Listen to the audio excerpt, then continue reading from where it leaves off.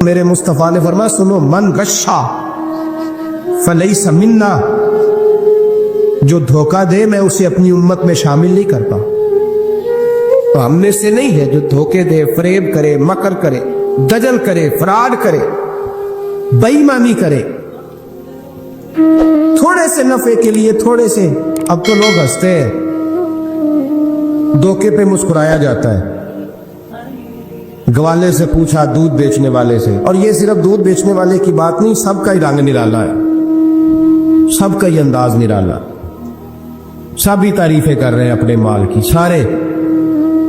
سارے جو وہ گزر گئے لوگ، امام اعظم ابو حنیفہ رحمۃ اللہ علیہ، ذرا بادل ہوتے تھے تو کپڑے کی دکان تھی بند کر دیتے تھے دکان. فرماتے تھے گاہک کو صحیح نظر نہیں آئے گا تو کوئی ایسی چیز نہ خرید کے لے جائے جس کی اسے پوری خبر نہ ہو. وہ گزر گیا زمانہ. اب تو اللہ معاف کرے، حالات اس قدر بگڑ گئے.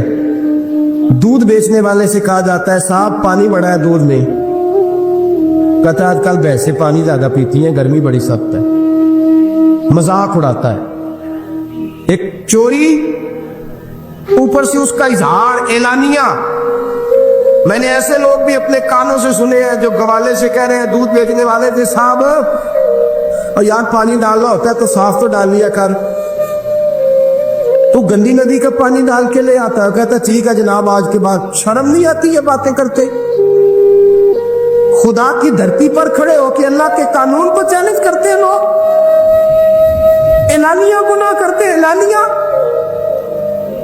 اعلانیہ سرے عام، کوئی پوچھنے والا نہیں. حیا ختم ہو گئی، دل سے یہ سوچ ختم ہو گیا کہ ہم کیا گفتگو کر رہے ہیں.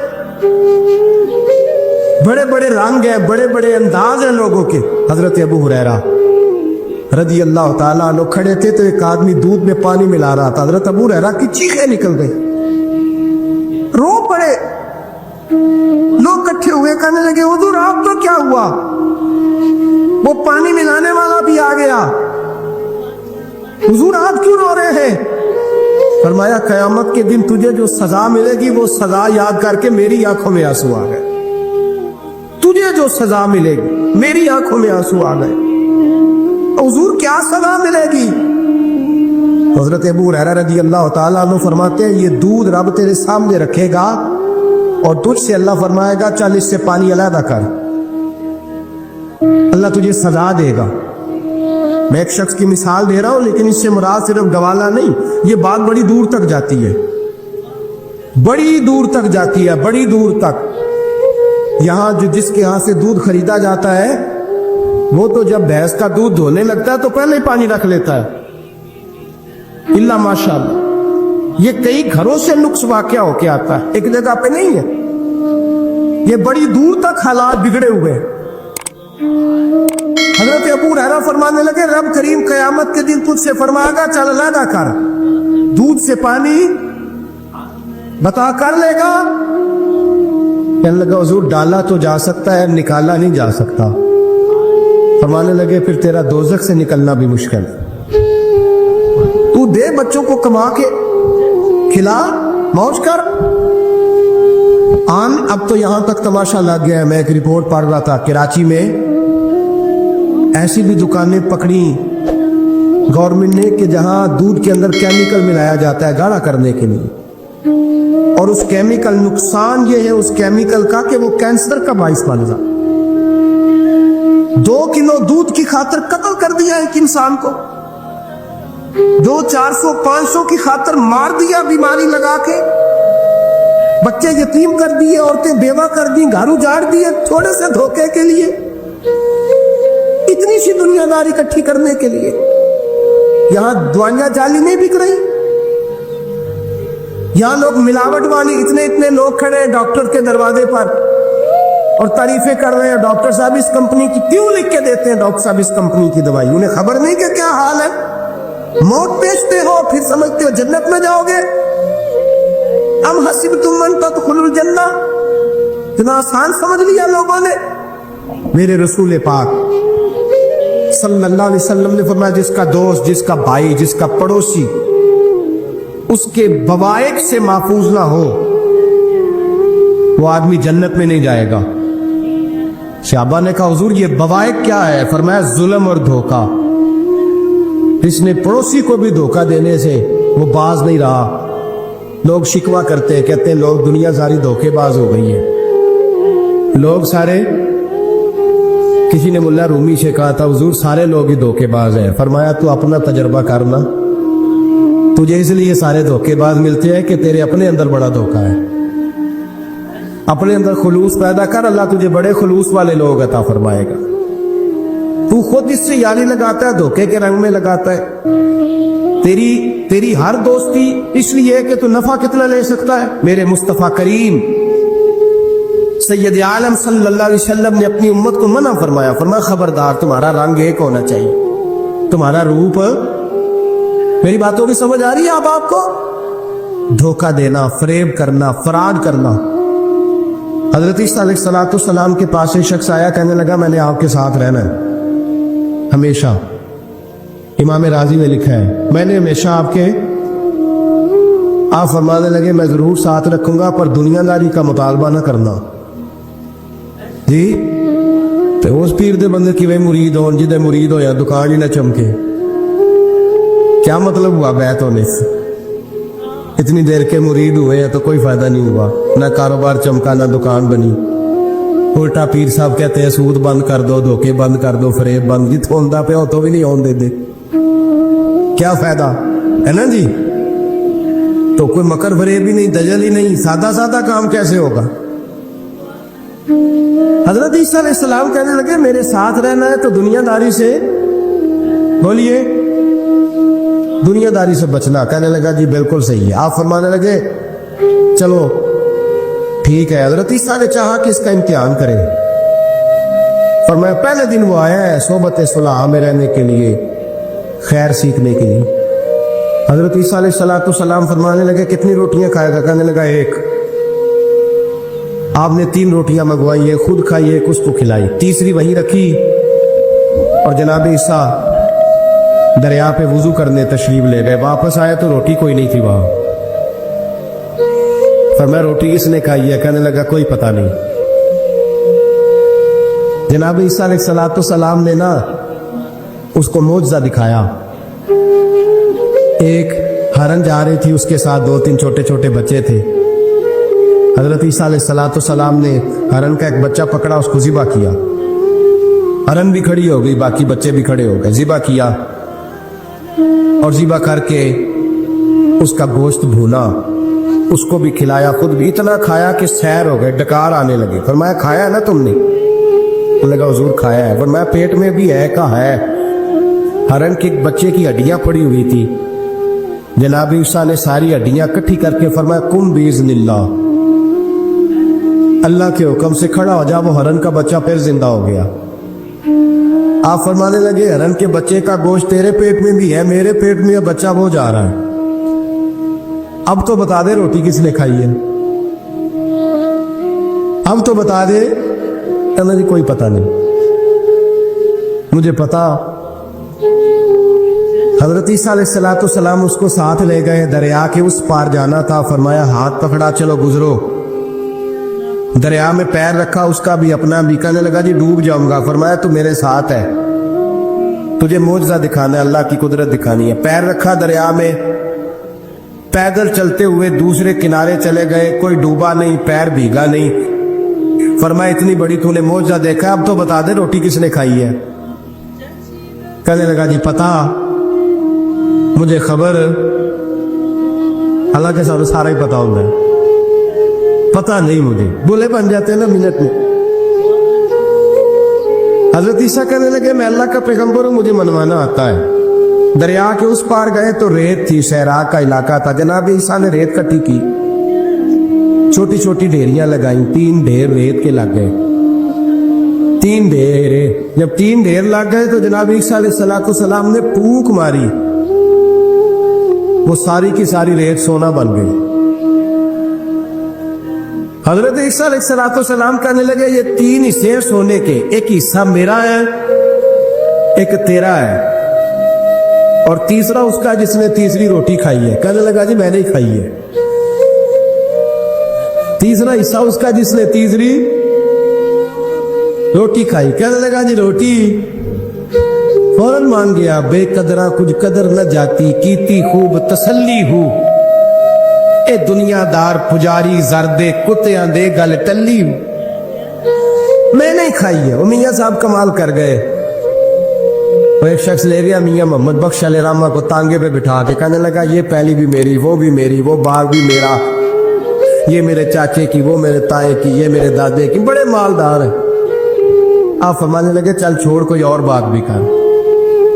नहीं जी नहीं, वो फलानी शय भी मेरी। आप फरमाने लगे ये बता तुझसे पहले किसकी थी? लगा फलाने से खरीदी है। फरमाया उससे पहले किसकी थी? चुप कर गया। आप फरमाने लगे दानिशमंदा ना कम ना ही दिल दुनिया न लाड़ा, इस बोटी कई खामन कीते, जो कीता सो खाना। छोड़ इसकी बात ना सुना, इसका तो कभी कोई मालिक होता है, कभी कोई होता है। कहने लगा जी मैंने ही खाई है रोटी। तो हजरत ईसा कहने लगे तूने जुल्म किया, नबी की सोबत पर तूने एक रोटी को फकीयत दी, एक रोटी, और मुझे धोखा दिया, अल्लाह के पैगंबर को। फरमाया जा, मैंने माल का क्या करना है, सारा ही सोना तेरा है, 3 ढेरियां तू ही रख ले। हजरत ईसा कह के गुजरे तो पीछे से डाकू आ गए, तलवारें हाथ में, 2 डाकू, सोना पड़ा हुआ देखा। कहने लगे तेरा है? कहा मेरा है। कहा उठ दौड़ जा, तुझे कत्ल कर देंगे। मिन्नत करने लगा, कहने लगा यार इस तरह करो ना, बांट के खाते हैं, बांट के खा लेते। बात तय हो गई, एक एक डेयरी के मालिक हो गए। अब वो बातचीत होने लगी, नाम पता वाकफियत हो गई, तारफ हो गया। अब वो जो 2 डाकू थे उनको वो शख्स कहने लगा भूख लगी है यार को रोटी खाओ, कुछ पैसे दे के एक को भेजा।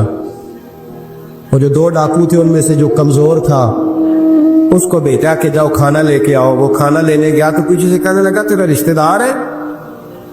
कहा नहीं। को ताल्लुक? कहने लगा कोई नहीं। आधा हिस्सा क्यों देते हो? कहने लगे कमजोर सा बंदा है, रोटी शोटी ला देता है, मेरे काम शाम करता है, तो मैं इसको आधा। उसने कहा दफा करो, छोटे छोटे काम करता है, तुम आधा हिस्सा देते हो। आता तो पकड़ के कत्ल कर देते हैं, सोना आधा आधा बांटेंगे। ठीक हो गया। वो जो रोटी लेने गया था वो भी कहने लगा मुझे तो नौकर समझा हुआ है ना, खाने मैं लाऊं, पानी मैं लाऊं, बिस्तर मैं बिछाऊं। आज इतना सोना हाथ आया, बड़ा डाका लगा, इनको कत्ल करता हूं ना दोनों को, तो सोना मैं कब्जे में करता हूं। उसने भी धोखा देने का इरादा किया, खाने में जहर मिलाया। इमाम राजी फरमाते हैं वो जहर मिला खाना लेके पहुंचा, रोटी रखी थी, इन दोनों ने यक बारगी हमला किया, उसे कत्ल कर दिया। कत्ल करके लाश दरिया में फेंकी, मस्त होके खाने लगे। जब सैर हुए तो फिर पेट कटने लगा, अंतड़ियां टूटने लगी, नाक मुंह कान हर चीज से खून निकलने लगा। चीखे मारते कोई सारा सोना ले ले, हमें बचा ले, सारा कुछ ले ले, जान बख्श दे। रोने लगे, तड़पने लगे, लेकिन अब कोई बचाने नहीं आया, कोई दाद रसी को ना आया। 3 लाशें, एक दरिया में, दूसरी वहां, मर गए, मुर्दा हो गए। हजरत ईसा अलैहिस्सलाम चंद घंटों के बाद गुजरे तो लोगों ने कहा हुजूर ये क्या है? फरमाया दुनियादारी का अंजाम, लालच का अंजाम, धोखे का अंजाम, फरेब का अंजाम। ओ भाई बीमारी लग गई सेठ साहब को, मालदार साहब को, चौधरी साहब बीमार हो गए, करोड़ों रुपया पड़ा तिजोरी में, लेकिन शिफा कभी खरीदी नहीं जा सकती। सारी जिंदगी शिफा रही और अचानक पता चला है कि जरा थोड़ी शुगर हो गई। इतनी मायूसी, जिसने सारी उम्र शिफाएं दी है। राजी रहना चाहिए, उसके करम की तरफ तवज्जो, उसकी अता की तरफ तवज्जो, उसके फजल की तरफ से है। अपने करीम रब के साथ इंसान का इस तरह का मामला कि वो करम ही करे, وہ رحم ہی کرے گا، وہ عطائیں ہی فرمائے گا، اور کریم جب غالب آتا ہے نا تو کرم ہی کرتا ہے۔ بھائیوں یاد رکھیے گا اور سمجھیے گا، اپنی توجہ ہر وقت اپنے مالک کے کرم کی طرف رکھیں، ہر وقت اللہ کی عطا کی طرف۔ یہ جو مایوس لوگ پھرتے ہیں نا اور مایوس باتیں کرتے ہیں، اور یہ جو کہتے ہیں کہ میں بڑا تھک گیا ہوں اور میں بڑا تانگ آ گیا ہوں اور اب مجھے لگتا ہے کہ یہ چیزیں میرے کنٹرول میں نہیں آئیں گی، اور حضرت میں نے بڑی کوشش کی، جو قدم آگے لے جاتا ہوں وہی میرا پیچھے ہوتا ہے، اور بعض کہتے ہیں جی میرے ساتھ ہی ایسا کیوں ہوتا ہے، آخر میں ہی ساری زندگی اس طرح کیوں ہوں، فلاں جگہ بھی ناکام ہوا، فلاں جگہ بھی۔ او میرے بھائی، جس طرح کا انسان گمان کرتا ہے رب بھی اسی طرح کا معاملہ فرماتا ہے۔ تیری طبیعت ہی نہیں بن پا رہی کہ تو رحمت کی طرف متوجہ ہو، تیرا خیال ہی نہیں بن پا رہا کہ اس کے کرم اور عطا کی طرف تیرا دھیان جائے، تو نے اپنے اوپر مایوسیاں پوری طرح طاری کر لی ہے۔ بندہ مومن کبھی اپنے رب سے مایوس ہو سکتا؟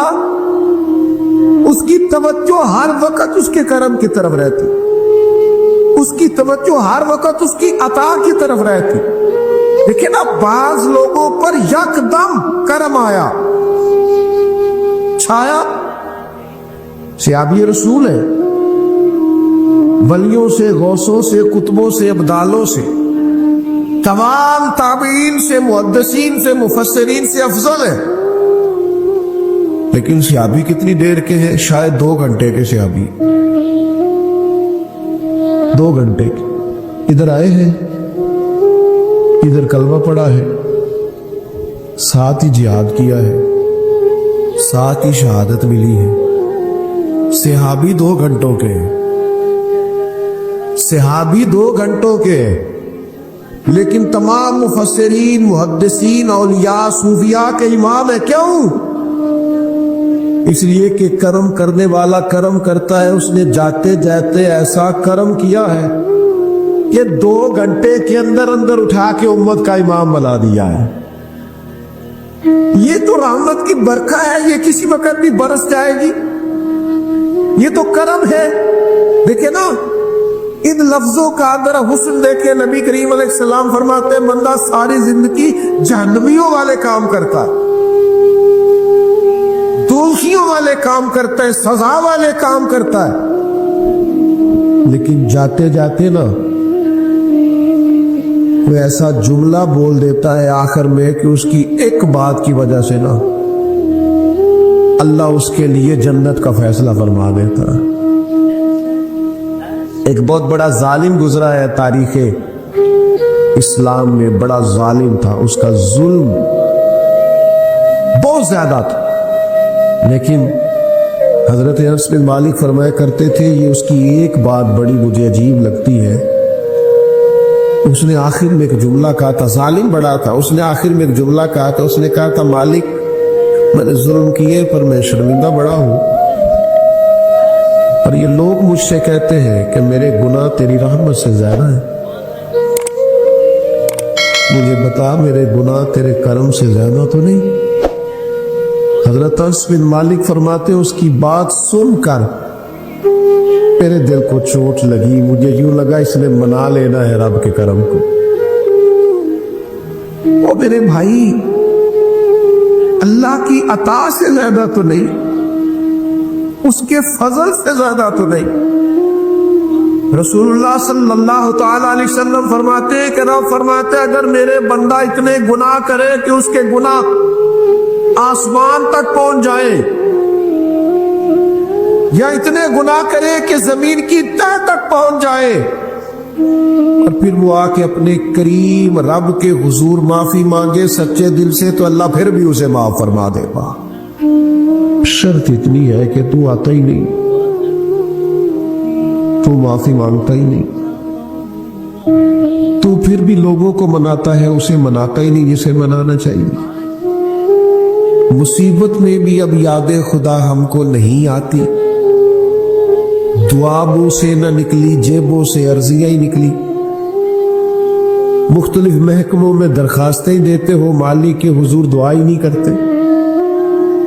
जिस करीम की बारगाह में जाना चाहिए, जहां से करम होना है, जहां से अताएं होनी है,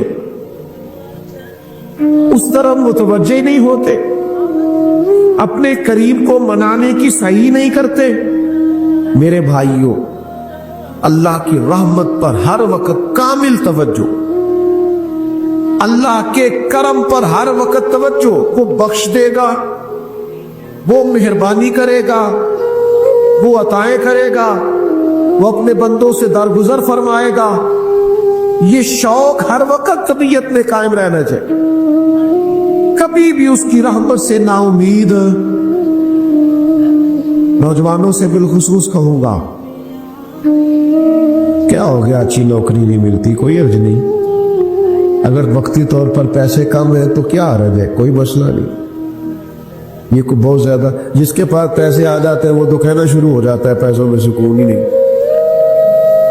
पूछ ले आप, अगर थोड़ी देर के लिए किसी बीमारी ने आन भी लिया है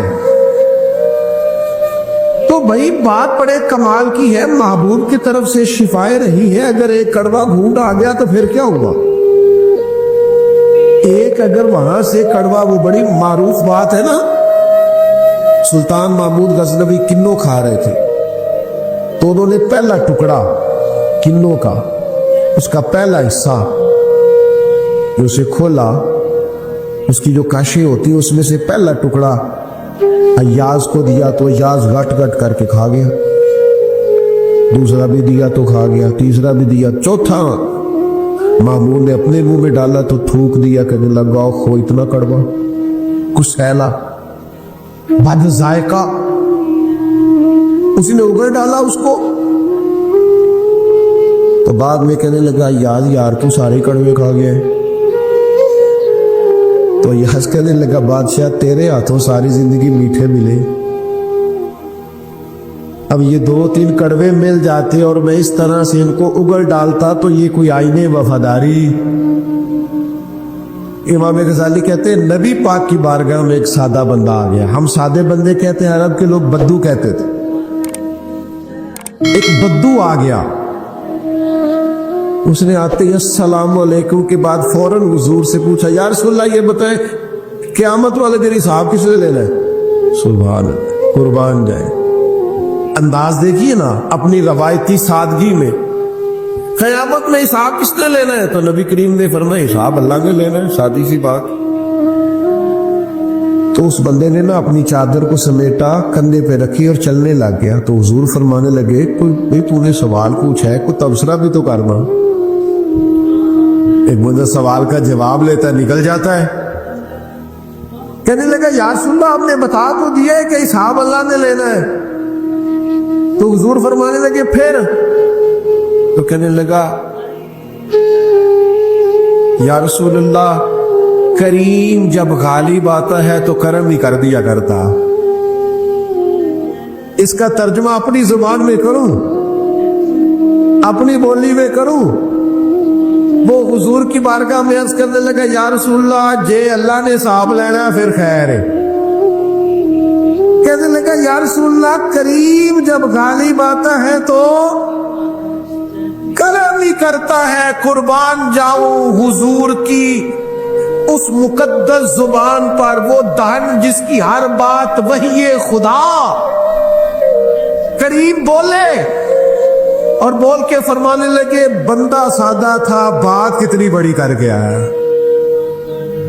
खुदा की रहमत की तरफ मुतवज्जे कर गया लोगों को, क्या बड़ी बात बयान कर गया। करीम जब गालिब आता है तो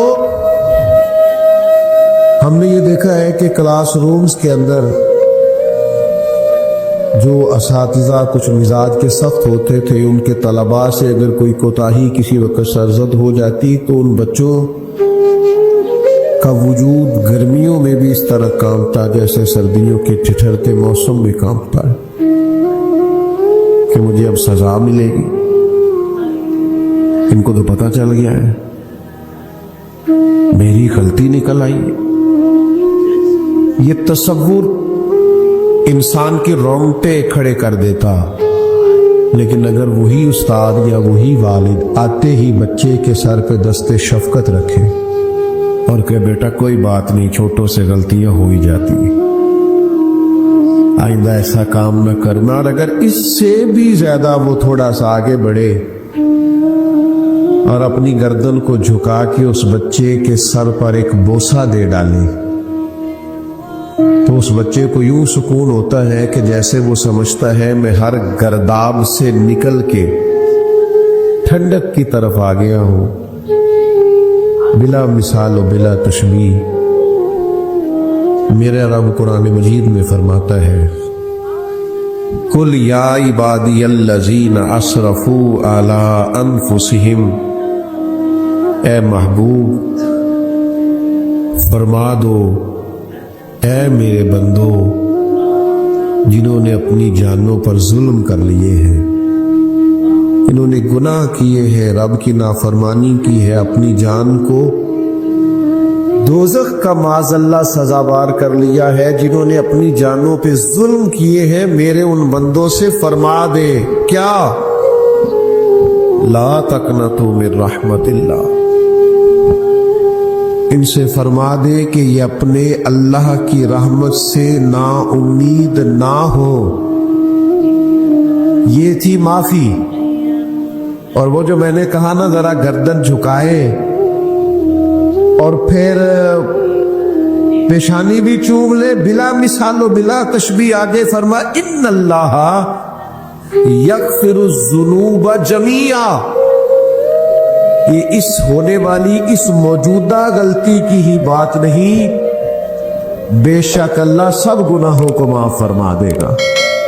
تو مالک یہ ایک دفعہ ہی ہوگا، یہ آج ہی رحمت آئی ہے، یہ کسی ایک مخصوص وقت، ایک مخصوص موقع یا کسی مخصوص تاریخ کے لیے ایسا ہے؟ فرمایا نہیں، انہو هو الغفور الرحیم،